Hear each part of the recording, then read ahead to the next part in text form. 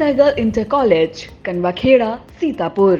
Admissions open for session 2024-25 for class 9th and 11th. Trained, highly qualified and experienced staff. Transport facility available.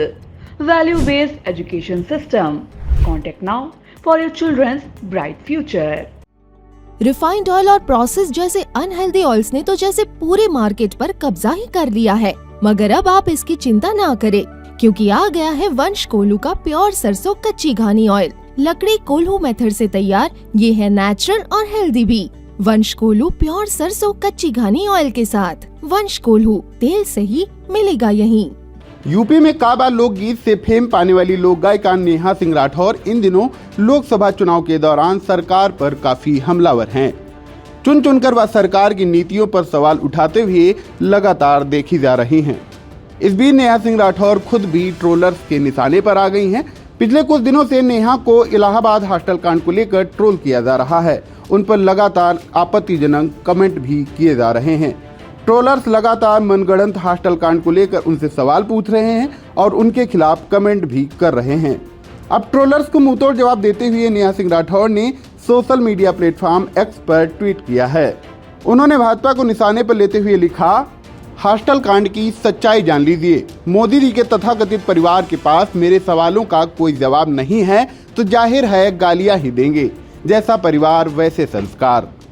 पहले मेरे नाम के साथ एक पॉर्न स्टार का नाम ट्रेंड करवाया, अब एक मनगढ़ंत और काल्पनिक हॉस्टल कांड की अफवाह उड़ा रहे हैं। लड़कियों के चरित्र पर सवाल उठाकर उनका मनोबल तोड़ने का ये तरीका सदियों पुराना है, पर मेरा मनोबल तोड़ना इनके बस की बात नहीं। बाकी राष्ट्रीय महिला आयोग और स्मृति ईरानी जी के लिए कंगना रनौत ही देश की इकलौती बेटी हैं, तो इनके मुंह में दही जमा हुआ है। खैर, ये रहा हॉस्टल कांड, पूरा पढ़िएगा। अब जब सभी को मेरे हॉस्टल कांड की भनक लग ही चुकी है तो आप भी इसे पूरा जान लीजिए। दोस्तों, ग्रेजुएशन तक की पढ़ाई घर से पूरी करने के बाद मैं अपने पोस्ट ग्रेजुएशन के लिए हॉस्टल जाने ही वाली थी कि उसी दौरान तिवारी जी का बबुनी के लागल बा शहर के हवा औरी पढ़ावा गाना मशहूर हो गया। मेरी माताजी डर गईं और पैसे की कमी का बहाना बनाकर मुझे हॉस्टल नहीं जाने दिया। गुस्से में मैंने इस महिला शिक्षा विरोधी गीत के गायक पोस्टर पर भरी दोपहरी कालिक पोत दी।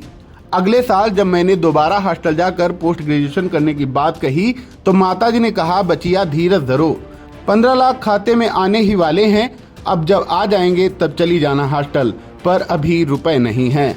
तब इस 15 लाख वाले झूठ के लिए जिम्मेदार दड़ियल बाबा के पोस्टर को मैंने भरी दोपहरी चप्पलों से तब तक पीटा जब तक मेरी चप्पल नहीं टूट गई। तीसरे साल जब मैंने आगे की पढ़ाई के लिए भाई से जिद की तो उसने बताया कि वो फौजी बनने जा रहा है, अब पोस्ट ग्रेजुएशन तो क्या पीएचडी भी करवा देगा। पर दोस्तों, वो फौजी बनते बनते अग्निवीर बनकर रह गया और उसने बताया कि उसकी नौकरी पीएचडी से भी छोटी है।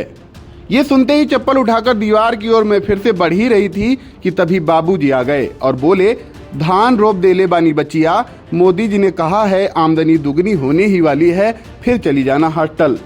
मैं फिर से रुक गई, पर गाइस इस साल धान की फसल सांड चढ़ गए।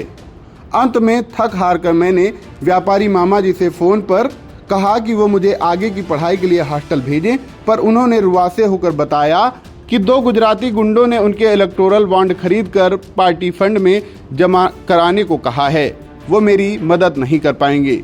उस दिन मैंने गांव की चट्टी पर चिल्ला चिल्ला कर गाँव जवार को इकट्ठा कर लिया और सबके साथ मिलकर नारा लगाया कि चौकीदार ही चोर है।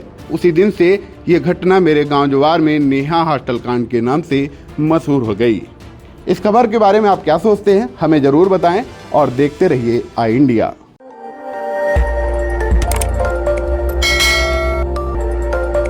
खबर आपकी, नजर हमारी, देखते रहिए आई इंडिया।